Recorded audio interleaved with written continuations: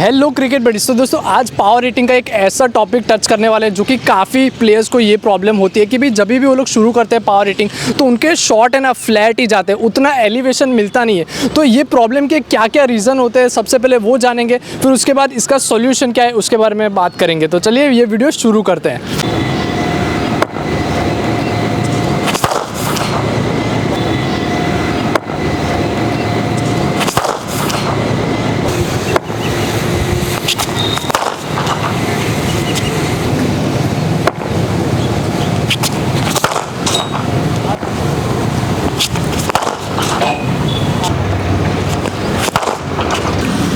तो रीज़न तो आपको पता चल गए, तो अब बात करते हैं सॉल्यूशन के लिए। तो भाई इसका एग्जैक्टली सॉल्यूशन है क्या, क्यों फ्लैट जाते हैं, जो कि हमने वीडियो में तो देखा, लेकिन इसके पीछे रीज़न क्या होता है? इसके रीज़न मतलब एक रीज़न कोई पर्टिकुलर नहीं होता है, ठीक है। मतलब जिस तरह का बैटिंग स्टाइल होता है या जिस तरह का मतलब एक बैटिंग स्टाइल को इम्प्रूवमेंट चाहिए, उस तरह के मतलब रीज़न्स इसमें हो सकते हैं बडीज़।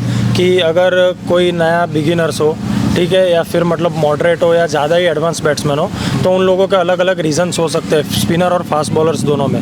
तो कई बार मतलब बेसिकली जनरली रीज़न ये सबसे बड़ा और मेन रीज़न यही होता है कि फ्लैट जाने के रीज़न सबसे बड़ा एक मेन पॉइंट वही है कि जब क्लोज टू बॉडी कांटेक्ट होता है, जैसे कि हम पैर के पीछे कांटेक्ट होता है, पैर के पास कांटेक्ट होता है बॉल का, तब फ्लैट जाने के चांसेस बहुत रहते हैं। उसका मतलब यही है कि मतलब बैट एलिवेशन नहीं मिलता है, हाथ अपना पूरा एक्सटेंड नहीं होता है, ठीक है। जब हाथ एक्सटेंड नहीं हुआ होगा तो पैर के पीछे कांटेक्ट होने के चांसेस पूरे हो जाएंगे।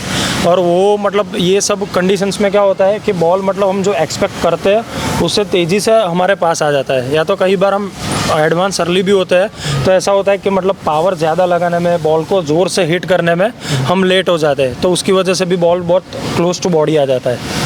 अच्छा, और इवन अगर कोई एक लाइव डेमोन्स्ट्रेशन आप बता सकते हैं कि कांटेक्ट कहाँ पे होना चाहिए, कैसे अपर बॉडी रहनी चाहिए और स्लाइड कितनी निकलनी चाहिए? हाँ श्योर।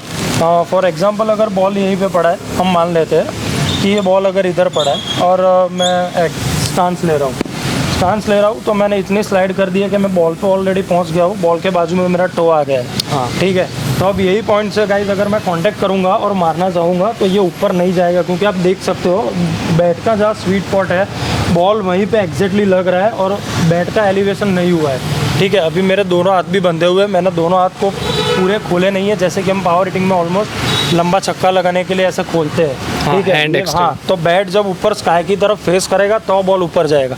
आप इधर देख सकते हो कि मैंने स्ट्राइड की है तो मेरा बैट का फेस इधर सामने ही है, ठीक है, ऑलमोस्ट सामने है, पैरेलल टू सामने वाले जो स्टंप होते हैं उसके पास है। तो वो उसका रीज़न यही है कि बॉल फ्लैट जाता है। ओके, और कई प्लेयर्स फ्लैट में भी छक्का मार देते, हमने टीवी में कई बार देखा है, तो वो उनके पीछे रीज़न क्या होता है? उनकी ताकत होती है या हाँ, उनकी ताकत भी होती है और टाइमिंग भी होता है, ठीक है। दोनों चीज़ में काम लगती है, क्या ज़रूरी नहीं है कि ताकत की ज़रूरत लगती है, अगर आपके पास अच्छा टाइमिंग हो तो भी चेंज जा सकता है। और लंबा छक्का मारना है तो ऑब्वियसली आपको आर्म्स और शोल्डर अपने पावरफुल चाहिए। तो आइडियली क्या करना चाहिए, वो ताकत पे भी रिलाई करना चाहिए या फिर इम्प्रूवमेंट के लिए हमें कनेक्शन पॉइंट ही इम्प्रूव करना चाहिए? हाँ, सबसे पहली बात तो मतलब हमको बैट स्विंग इम्प्रूव करना है, ठीक है। एक तो पावर तो हर कोई प्लेयर में, बैट्समैन हो या बॉलर हो, पावर तो हमको चाहिए ही चाहिए। हाँ, फ्लैट तो जा ही रहा है ना, पावर तो लग फ्लैट तो चाहिए। और दूसरी चीज़ ये भी है कि अगर बॉल हर जगह ऐसा नहीं मिलेगा कि आप चाह रहे हो वहाँ बॉलर बॉल करेगा, कई बॉलर्स स्लो ओवर्स में यॉर्कर्स भी डालेंगे तो वहीं से भी आपको कनेक्ट करके मारने पड़ेंगे, ठीक है। तो वो आप एक स्पॉट जो पर्टिकुलर होता है जहाँ फ्लैट आपके जा रहा है वो जगह आप इंप्रूव कीजिए, वहाँ दररोज के 50-100 बॉल खेलिए, ठीक है। और अपना बॉटम एंड है उसको स्ट्रॉन्ग कीजिए, ठीक है। आप एक्सरसाइज करके भी कर सकते हो और स्ट्रेंथनिंग भी कर सकते हो अच्छा सा, ठीक है। और टाइमिंग भी इम्प्रूव कर सकते हो, तो उससे क्या है कि फ्लैट छक्के भी जाने के चांसेस बढ़ जाएंगे। तो इसमें अगर कोई एक सिंपल ड्रिल डिस्कस करनी हो कि ड्रॉप बॉल फीड्स, उसमें एक इम्प्रूवमेंट हो सकता है जो फ्लैट जा रहे हैं वो? हाँ, ड्रॉप बॉल भी कर सकते हो और उससे अच्छा है कि जो थ्रोवर से कराइए, बॉल थ्रोवर से फिकवाइए।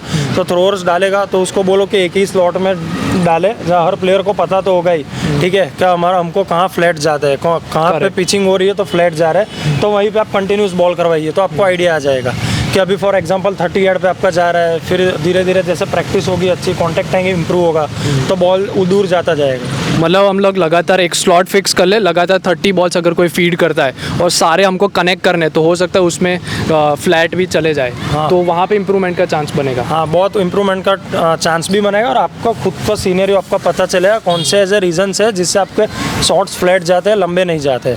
करेक्ट, तो आपको अपना रीज़न फिगर आउट करना पड़ेगा और सॉल्यूशन तो हमने बता दिया। तो बस आज के लिए इतना ही। आई होप आपको ये वीडियो पसंद आया होगा। Love cricket, live cricket.